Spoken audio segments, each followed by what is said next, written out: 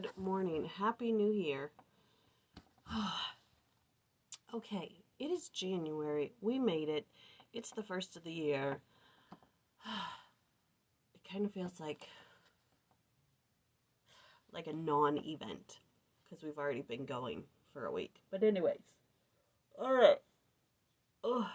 Again, when reading, today is Abraham 3 verses 10 through 18. All right. So in reading these verses, again, it was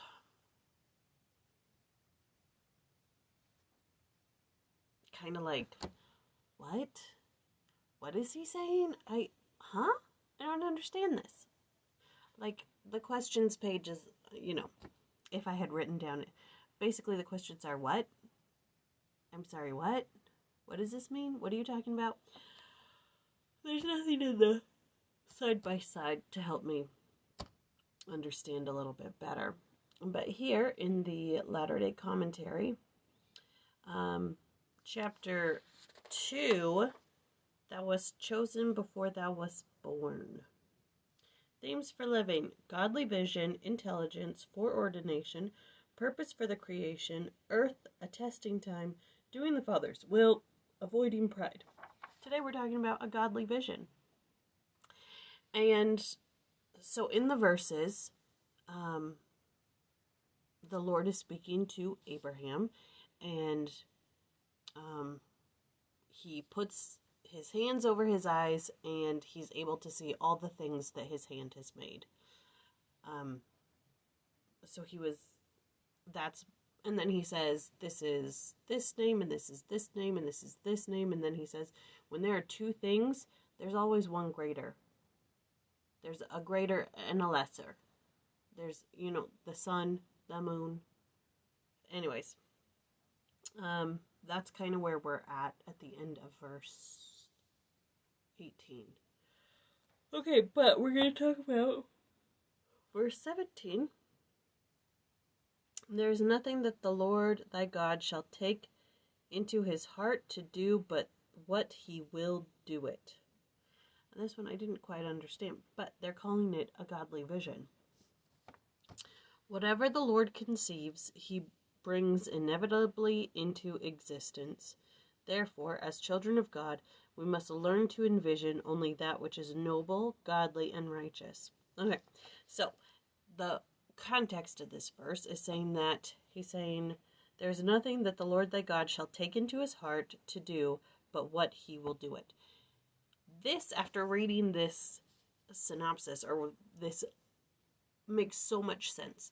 It's saying there's nothing that the Lord will think about or take into his heart or, ponder, which he doesn't end up doing. So let's put that into our own existence, our own likening the scriptures unto us. If we take something in, if we take our goals, if we say, this is something I want to do, I want to become better, and here's the plan for how I become better. We talked about that yesterday. Here's the plan for how I can become better. The Lord doesn't do that and then not do it. If he takes something in, he's going to do it, and you're going to bet he's going to do it. That is a guarantee. So how can we be more like that? If I say, I'm going to watch YouTube less, then I need to watch YouTube less. And then it also says that as children of God, when we have this vision, we need to make sure that it is noble, godly, and righteous. Not just a fleeting, superfluous, self-aggrandizing, so on and so forth. Okay. Abraham was given many visions from the Lord and received many truths that enlightened his mind and soul. He could clearly see things as they were, as they are, and as they would be. He had a vision of life and the work of the Lord. We need a clear vision too. How can we as mortals have the vision of life and the things we need to do? We learn from Proverbs that when there is no vision, the people perish. We must have a vision of who we are and what we can do. Through faith and obedience, we can see and envision the work and glory of God, and our role is to help bring this about. This is the vision of our lives.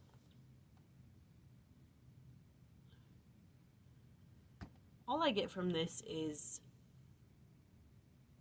when you sit around, when you're just letting life happen, when you're just kind of like, whatever, whenever, you're wasting your time. You're absolutely wasting your time. If you're not trying to,